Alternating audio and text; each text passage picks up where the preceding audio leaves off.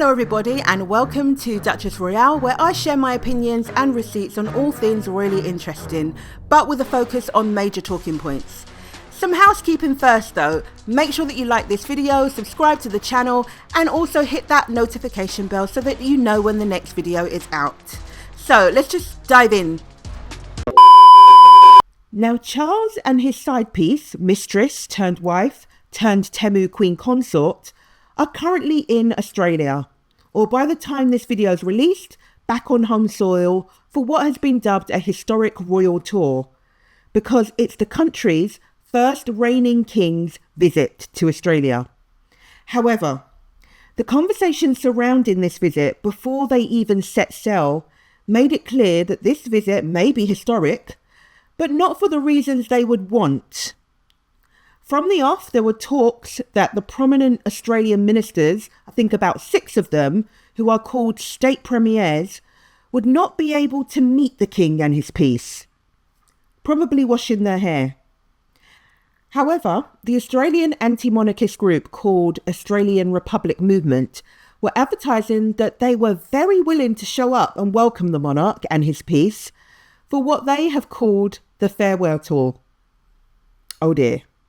Now, we all know this tour will never be able to replicate the success of Prince Harry and Duchess Meghan's Australian tour, which took place in 2018 when they were working royals back then. Now that they are non-working royals, but quite proudly are self-financed with zero tax funding, Harry and Meghan have embarked on 2 international visits of their own this year. Now, I remember that before they happened, there was quite a lot of interest in how successful they'd be with this outside of the machine of the monarchy. It was the royal correspondents that kept on referring to them as quasi-royal tours when nobody asked them. Harry and Meghan sure didn't. But these bleached blonde, bad-built, butch-bodied royalists, and of course the ones with unwashed legs, the leftover royals and their media goons who were left out of the Sussex's Nigeria trip and also their more recent Colombia trip, were so pressed, which can only mean one thing. Prince Harry and Duchess Meghan's trips were extremely successful. So after the Nigeria trip, there were headlines like this: Meghan Markle and Harry's Nigeria tour has left Charles and William furious. Then there was also this one: Harry and Meghan's dangerous tours must be stopped by King Charles, says expert. And during and after their Colombia tour, headlines like this appeared: not just a summer holiday, Meghan Markle and Prince Harry's titles under threat as King Charles gathers firm for Balmoral summit. Oh, Lord. Now, when headlines get to the point of "we are going to take your titles away," that is the hallmark of successful international trips by the Sussexes. It's therefore not a surprise that Charles apparently wants to somehow stop Commonwealth countries from inviting them ever again. Good luck with that. But the discourse by the British media before, during and after these tours has mostly been whether the tours can be and are being seen as royal tours, and whether the Sussexes are losing out because they don't have palace experts helping to arrange their tours and with the same connections in the Foreign and Commonwealth Office. I rather feel that they miss the expertise of the Buckingham Palace specialists, because whenever there's a royal invitation to anywhere within this country or overseas, it's looked at very carefully and studied. And is it a good place to go? Are these the right people we want to meet? Does this coincide with British foreign policy? And all of that has to go through number 10 in the Foreign Office before foreign trips happen. Would they have vetoed this trip? Well, we don't know, but I think it would be a strong possibility because of the volatility of the country and the physical danger is there. So, in this video, I want to tackle the question of whether Prince Harry and Duchess Meghan could do with the experts that the British media think they need, and whether their trips abroad are comparable to the royal tours by the working royals. Now, straight out the gate, I am personally denouncing Prince Harry and Duchess Meghan trips as royal tours, because from where I've been watching, they are nothing like those royal tours by those left behinds that I've been accustomed to seeing over the years. Yes, the Nigeria and Colombia trip was done by members of the royal family, being Prince Harry and Duchess Meghan. But nah, these are so much more than royal tours. These are what I would just say are Prince Harry and Meghan tours. So this video will look at what makes a royal tour and compare the official royal tours by the senior working royals with the Nigerian and Colombian trip that Prince Harry and Duchess Meghan recently returned from. Now, I've got a lot to say on this matter. Yappa, yappa, yappa, yappa. So this will be the first of 2 videos. So let's get into it. Honestly, when it comes to royal tours, the purpose is a bit wishy-washy. But what the royals would like the public and the countries they are visiting to believe is that they are there to strengthen diplomatic relations, and also the presence of a royal in their country is supposed to bring eyes to it and help promote that country on the world stage, which could lead to increased tourism. Additionally, the publicity around the royal visit should draw positive attention to causes and initiatives, and to make the country feel that they're getting something from being part of the Commonwealth or having King Charles as head of state. For these presumed benefits, and because the royals are being invited, the host country bears the majority of the costs, whilst the royals, or should I say the UK public, pays for their own flights there and back. Now, in my humble opinion, the only purpose I see from the working royals going on these tours is really self-serving in trying to assert their royal dominance and superiority in that country, to heighten their stature and image of grandeur and power, so that the country still feels beholden to the royals and does not dare to foster or build on ideas in their head of leaving the Commonwealth, which in some people's minds is an attempt by the monarchy for an empire version 2. Or not to build on ideas of maybe staying in the Commonwealth but becoming a republic by dropping King Charles as head of state. I mean, just look at this. When King Charles and his piece touched down in Australia, they had a light show put on for them, and images of them and the late Queen were plastered all over the Sydney Opera House by this projection in honour of their arrival. However, the images were partially blocked by a cruise ship aptly named Queen Elizabeth after its departure from the harbour was delayed by lightning and rain. Now, I'm wondering if that was just a sign from Lizzie to say that she was watching everything and she was not best pleased. But still, even that boat named Queen Elizabeth passing by images of her son and his piece on the Sydney Opera House shows how the Windsors have imposed their dominance and superiority in a country that is not theirs, and they're continuing to do this. Not so humble, right? Now, one thing that I find quite arrogant that the working royals do is to always gift the dignitaries that hosted them while they're on tours with a picture of themselves. Now, despite how small this weird gift is, the rather arrogant premise, in my opinion, is to remain a constant in the mind and home of that dignitary. It's to assert their dominance again, so that when other world leaders visit that dignitary, it's a member of the British royal family they will see. Typically, dueling the crown and People's Prince, Prince Harry, had the foresight many, many years ago to understand just how cringe this practice is. It's really embarrassing because when we go on tours and stuff, as a thank you, it seems to be this tradition that you say thank you very much. There's a photo of myself. What are you supposed to say? Yes. Here's a photo of me. Thanks for having me. The thing is, as the popularity of the British royal family wanes, the idea of countries being beholden to them becomes more and more difficult as countries, especially black and brown countries, realise that having the monarch as head of state is a bit of a scam. And to be honest, even the non-black and brown countries like Australia and Canada are cottoning onto this too. But around William and Kate's disaster to the Caribbean, Sean Paul was politely triggered to take the opportunity to advocate for Jamaica to become a republic. He and many in the country just couldn't see any of the benefits. His grandmother, who was in fact born in Coventry, recently received a birthday card from King Charles.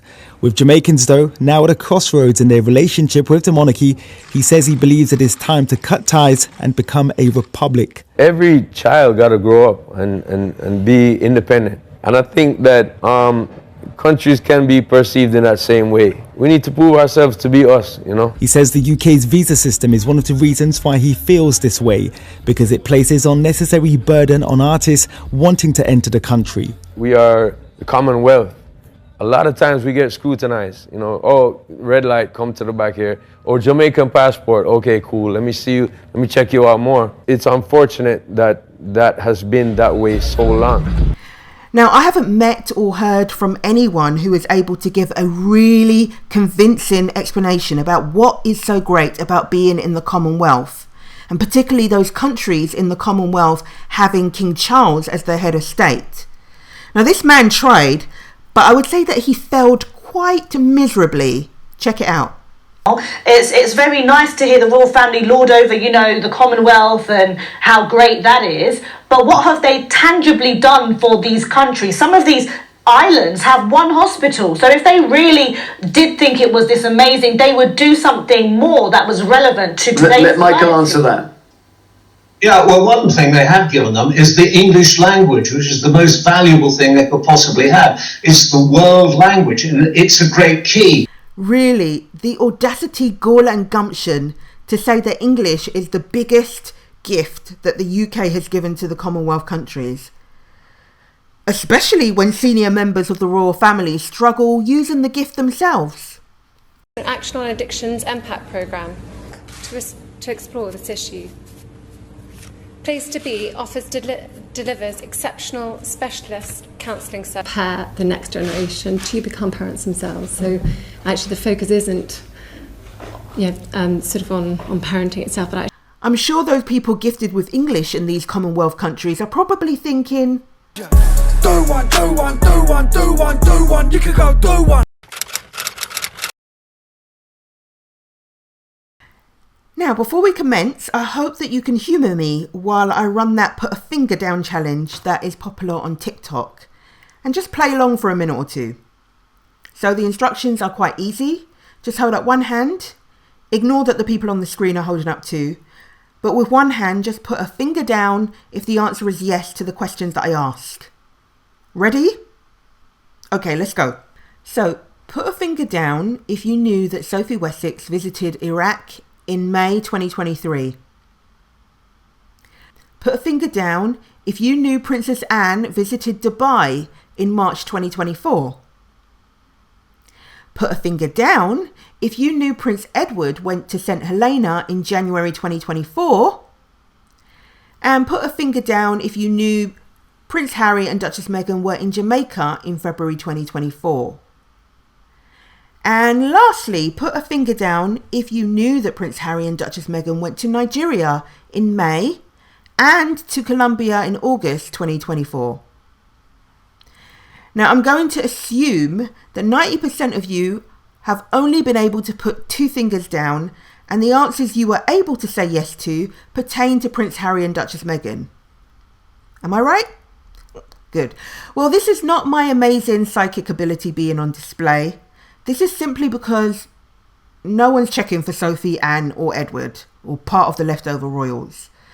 Even though Charles and Camilla will get guaranteed press when they go on tours, the level of engagement for them online and the enthusiasm will not even compare to the engagement levels of Prince Harry and Meghan when they go on tour. So here are royal reporters actually acknowledging that Edward, for example, and Sophie's royal tours don't get covered by the media. Now, this visit, rightly or wrongly, the Duke of Edinburgh doesn't always get that much attention, Victoria, for the speeches he makes, the visits he made, and obviously this is a brilliant photo op with the world's oldest living mammal. But he's also got in the spotlight this week for a speech that he's made about men. Although, as you say, I wouldn't say that it's really top of the news agenda. I mean, maybe if a more prominent royal had said something like that, maybe we would be talking about it a bit more. Maybe it would be further forward in your newspaper, Matt. I don't know. We do have this situation with Prince Edward where he doesn't attract a huge amount of attention most of the time. But Sophie, his wife, does an awful lot of work around the impact of conflict on women and girls. She does, and that often goes underreported as well. She's done a lot of work in Africa, and they found it quite difficult to because the transport to Africa, they found it quite difficult to actually get the coverage for it. And there's me thinking the upgraded titles would make all the difference. You see, Edward and Sophie went from being the Earl and Countess of Wessex to being given the title of Prince Edward's late father, the Duke of Edinburgh, with Sophie now the Duchess of Edinburgh. Now, we've been told by the Royal Rota, Royal Correspondents and Royal Family sycophants that Prince Harry and Meghan would be nothing without their titles. Yet, Sophie and Edward still seem to be nothing with the new and improved ones. Bloop, bloop, bloop. So if we are to talk about the main purposes of a royal tour, this also includes promoting the beauty of the Commonwealth country and its culture. So, how does it work then if your tours don't actually get media coverage? Simply because no one's interested in what those leftover royals do. Let that marinate. Now let's look at the Nigeria trip that the Sussexes went to in May of this year. By the way, please do check out the full documentary on that tour on this channel. Sidebar. Anyway, even before they got to the country, the British media were speculating how Duchess Meghan would arrive there, and they went as far as putting together a map with markings to show the possible routes, and they even researched prices for each of the different routes that she could take to get there.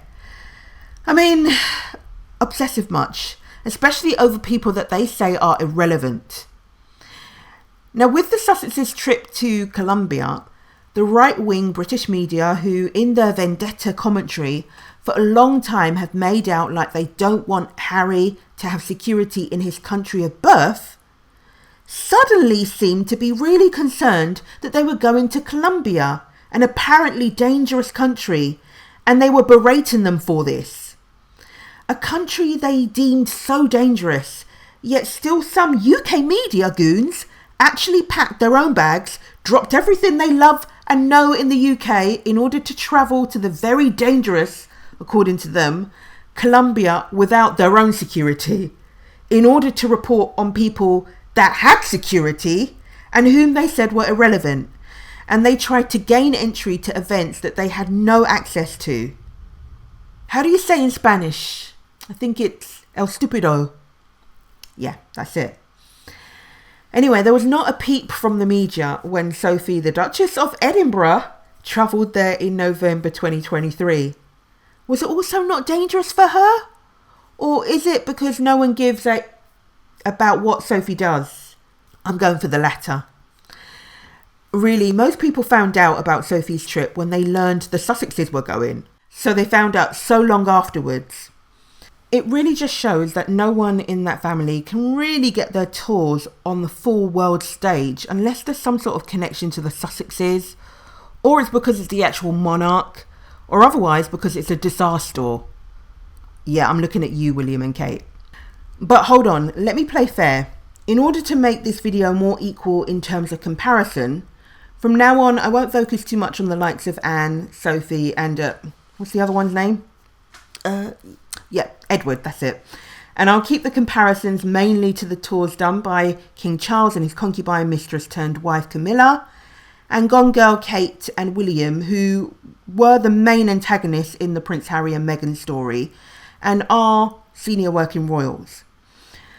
So in May, William spent time in the Isle of Scilly, starting his 2-day trip a day before Prince Harry and Meghan's trip to Nigeria, and he finished on the first day of Prince Harry and Meghan's first day in that African country.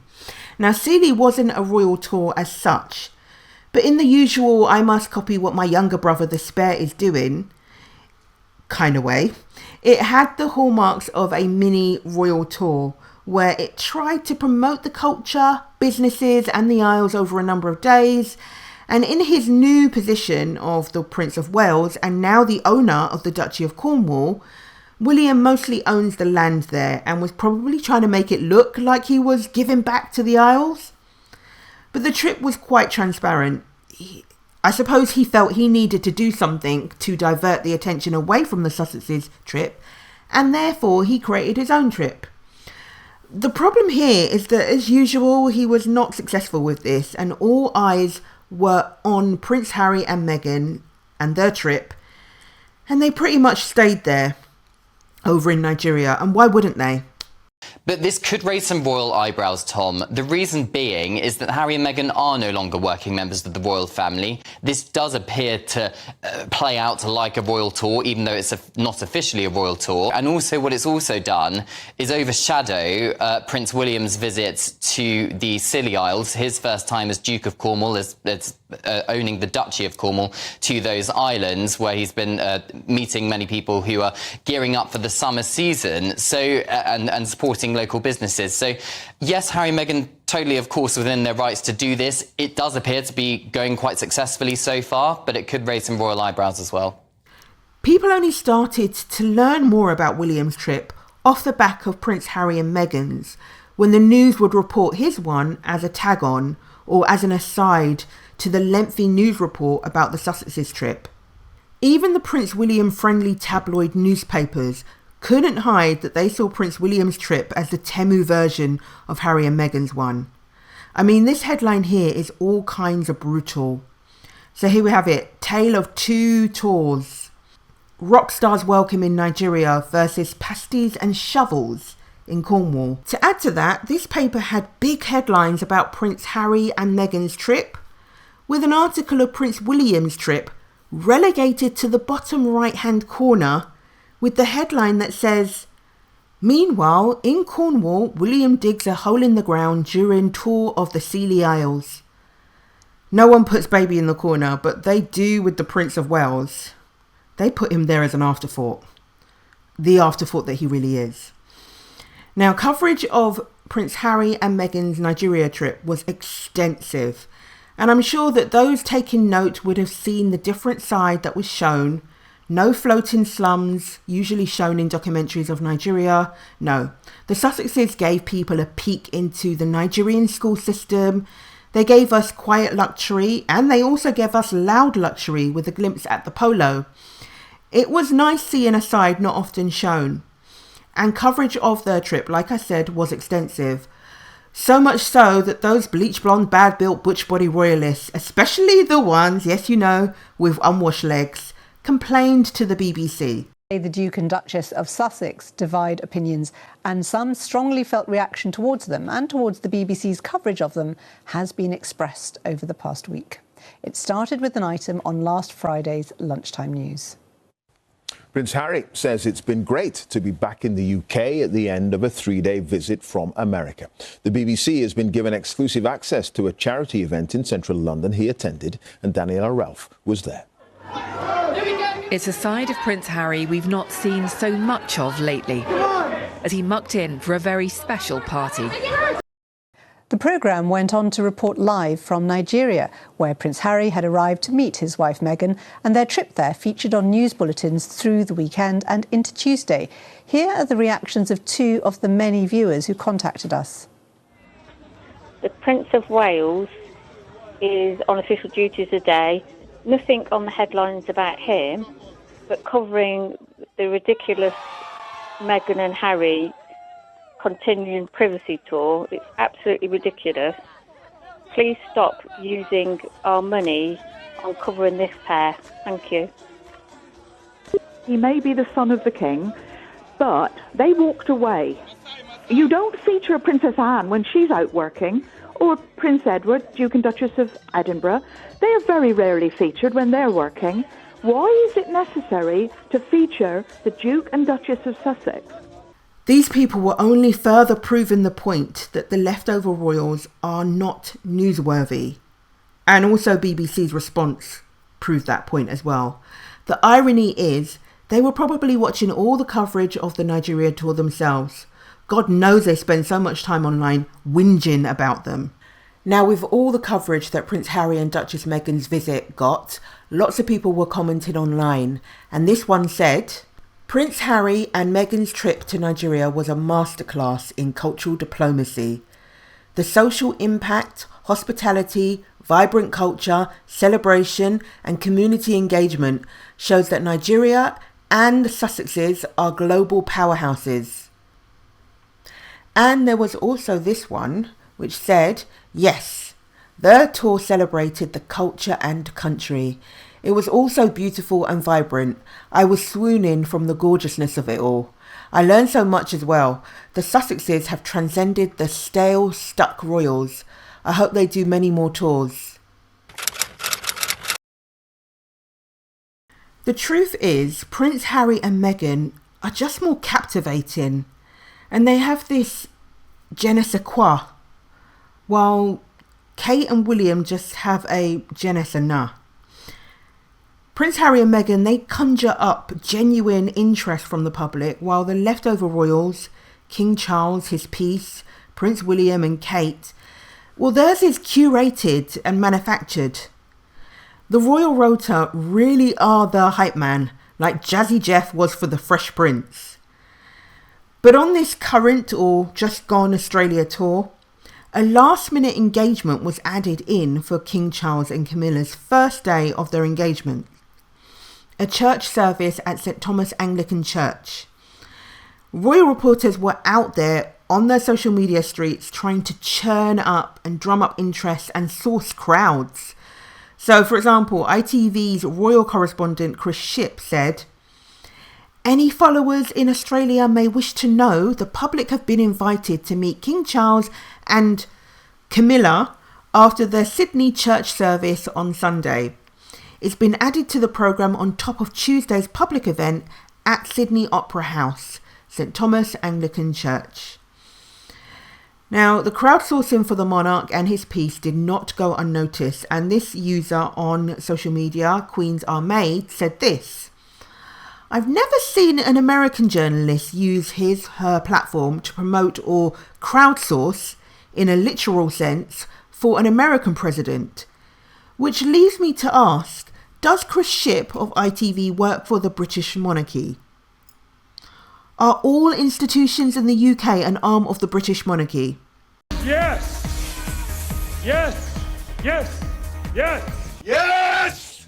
In my view anyway, invisible contract. But that's the thing, support needs to be drummed up for people to come out and see them. A whole king, that shouldn't have to happen.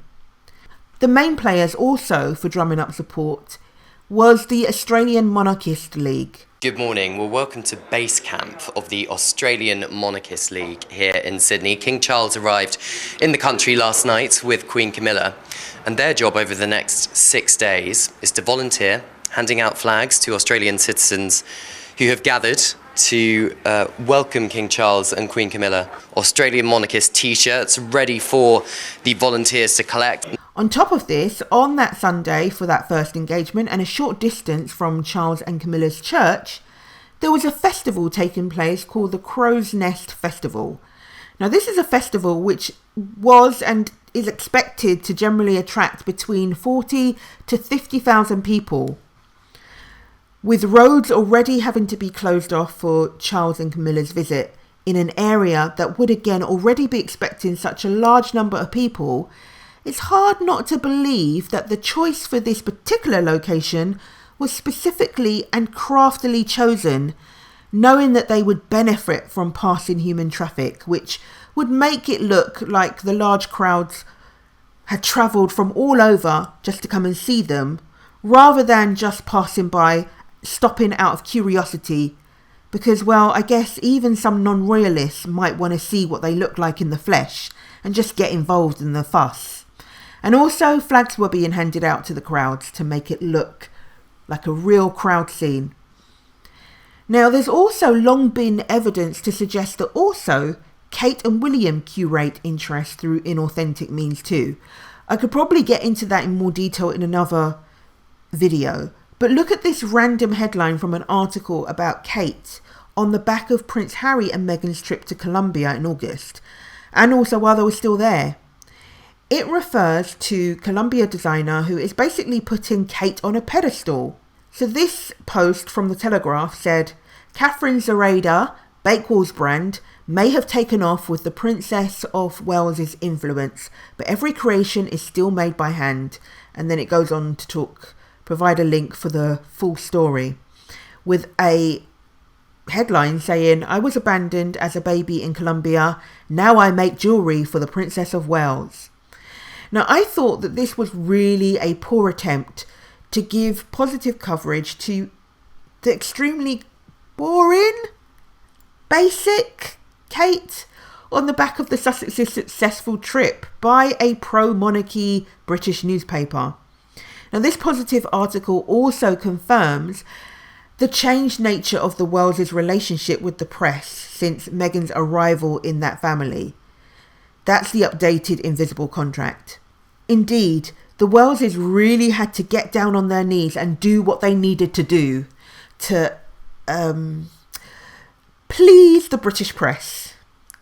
That's why before Meghan had crossed paths with Harry and the one-sided rivalry from the then Cambridges began, the press really didn't hold back on how they really felt about the Cambridges' performances on those oh-so-important diplomatic tours that they did. Now, this headline from the Cambridges' New York tour in 2014, before the arrival of Duchess Meghan into the family, says it all. Mr. and Mrs. Bland. The Mail disagrees, but Jamois says she is disappointed in Kate and William because their American tour proves just how dull the royal couple have become. Again, in 2016, the Cambridges were dubbed bores on their royal tour of India too. Surprisingly, royal sycophant Carol Malone, who after Duchess Meghan arrived, now acts like the sun shines out of Kate and William's. But prior to that, this was her observations of Kate and William's tour to India. Now, this is brutal and it's quite long, but you need to hear it. So she starts off by saying, is there anyone out there who's been remotely interested in Kate and William's trip to India? Their week-long jaunt has been about as exciting as an episode of Country File. The highlight was the day a bunch of girls at the Bhutan Archery School taunted Wheels with a traditional song calling him a bald bloke with a big nose and speculating that he had a small willy. That was vaguely amusing, although not that much, as we know at least some of it is true. I know I've been vociferous in shouting for this idol pair to get off their designer-cladded backsides and do something to earn the privilege that's been bestowed on them, courtesy of the Windsor name. But it's a case of being careful what you wish for, because finally they have, and it's positively lackluster. The media's done its best to jazz it up with endless pictures of Kate's dresses, her hairdos, and action shots of her throwing herself into various national sports. But in the main, it's been boring. And that's because they're boring. They couldn't cobble together a personality between them. Do you know what? I need to stop for a minute because this is brutal. Okay. Damn, Carol. Tell us how you really feel. Before Meghan and Harry, these are the type of boring tours that those host countries had to fork out for, and the British were subject to watch it. A good word to describe them would be staid. But then the Sussexes came along and, yeah, they changed the game and they created a blueprint. Their first tour of Australia and other countries in the Oceania region was epic. The rock stars that drew these fans in Melbourne on Thursday go by another title, the Duke and Duchess of Sussex. Congratulations! And in a week that began with the announcement of another royal baby on the way, crowds reached a fever pitch. 19-year-old India Brown literally broke down when Prince Harry gave her a hug. Prince Harry just hugged me, and he reciprocated the hug too. Outside Sydney's iconic Opera House, people came to congratulate the pair. Many just wanted to meet Meghan, who often broke royal protocol hugging and even posing for selfies. And it harked back to the days of old, very reminiscent of the excitement, sparkle and dynamism that Princess Diana brought to royal tours.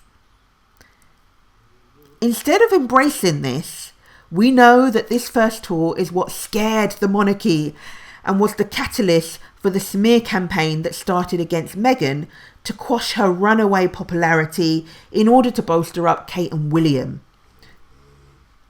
Again, with the Sussexes tour of South Africa, it embodied everything that a royal tour was supposed to be too. It showcased the beauty of the country, but also the pressing issues that tied into areas of work that Prince Harry and Meghan tend to focus on, such as women and girls and mental health. It was a masterclass in how to connect with the Commonwealth and to strengthen diplomatic relations, which is something that the other royals have not been able to do well.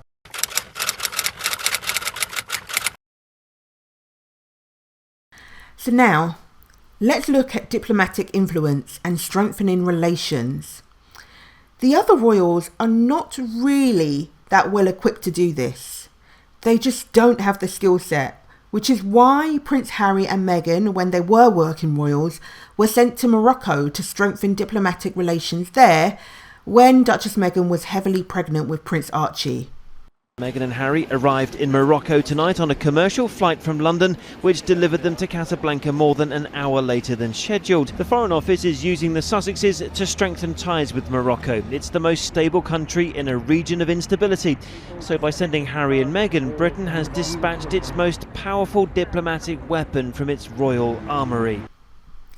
With the other lot, most of their trips are marred in controversy because, as people that are stale and pale, they are the poster children of what the monarchy represents to most black and brown countries of the Commonwealth, and that's oppression and colonialism. But I just think it's 2022 and the time for having a monarchy was a few centuries back. And I think if anything has shown that, it's the recent Caribbean tour, isn't it? I mean, how patronising to have the British royal family wandering around the Caribbean, expecting people to bow and scrape in front of them. And I think brilliant that people all across the Caribbean kicked back and said, hold on a minute, do you not understand the history and what this represents? And I think that the history of what the monarchy represents is no less of an issue in this country where, you know, the working classes, the proletariat have been continuously oppressed by this structure of the class system and the monarchy at the top of it. And I think it's about time that we all move on. And interestingly, you know, here I am, you're asking my opinion about the monarchy. Here's how the monarchy works. We are the riffraff. We are the bottom of the pile. We don't get an opinion. No, we don't get an opinion. But the controversy is not just with the black and brown countries. Just on this Australian tour with King Charles and his wife, this senator had a few words for them during one of their engagements. Committed genocide against our people. Give us our land back. Give us what you stole from us. Our bones, our skulls, our babies, our people. You destroyed our land. Give us a treaty. We want a treaty in this country. You are a genocidalist. This is not your land. This is not your land. You are not my kids. You are not our kids. Now, as a lawmaker, what she was saying were bold statements. She was clearly passionate and pained by their presence and how the oppression they represent offends her. But the fact that they were just muttering and looking gormless at her made a poor show of diplomacy. And in the end, when she was removed, it was like they thought of her as just some disobedient peasant, and the disturbance she caused most unfortunate. Now, when I say the gang of welfare royals aren't made for diplomacy, I really mean they're not made for diplomacy. I mean this awkwardly iconic and woefully embarrassing clip of Edward on a Caribbean tour blustering through and ignoring a request for diplomacy on past wrongs, well, it's hand over your eyes and ears level of embarrassing. You can even use your, let's say, diplomatic influence to, you know, build bridges in achieving the reparatory justice that we're seeking here in the Caribbean. Do you want me to press that button, or is it? What happens if I press that button? Thank you, Prime Minister. Thank you for those remarks. I wasn't keeping notes, so I'm not going to give you a complete report. They always slip and slide around difficult issues. They skirt around apologising for the atrocities that their ancestors caused and which they're still benefiting from. And we appreciate the royal regrets, which is what I said. It doesn't go far enough. What we would like to see is you condemn something, you say sorry for it, and you say, here's what we are going to do to right those wrongs of history. We've seen protests from locals about them. And we've seen calls for a republic where even in Jamaica, Kate and William were fired on live TV by the Jamaican Prime Minister Andrew Holness, who let them know that Jamaica intends to bow out of that show and getting rid of the Queen, and therefore now the King as head of state was a priority for them.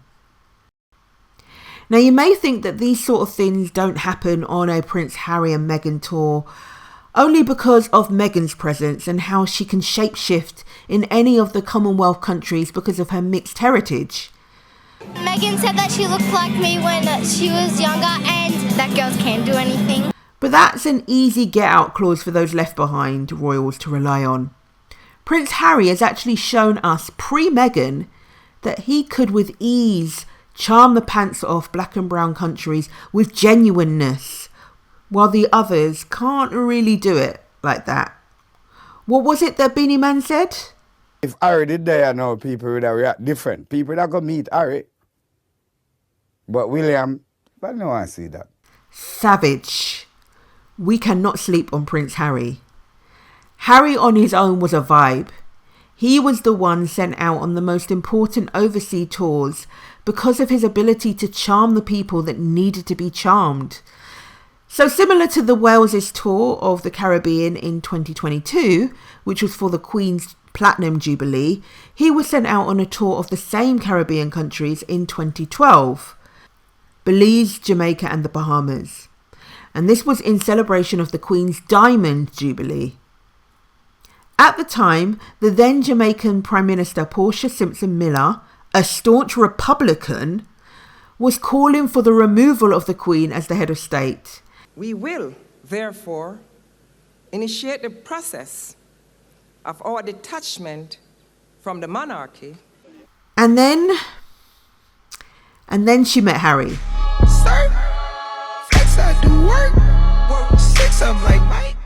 So as the grandson of their current head of state met the Jamaican Prime Minister for a private lunch Tuesday, their embrace was quite public.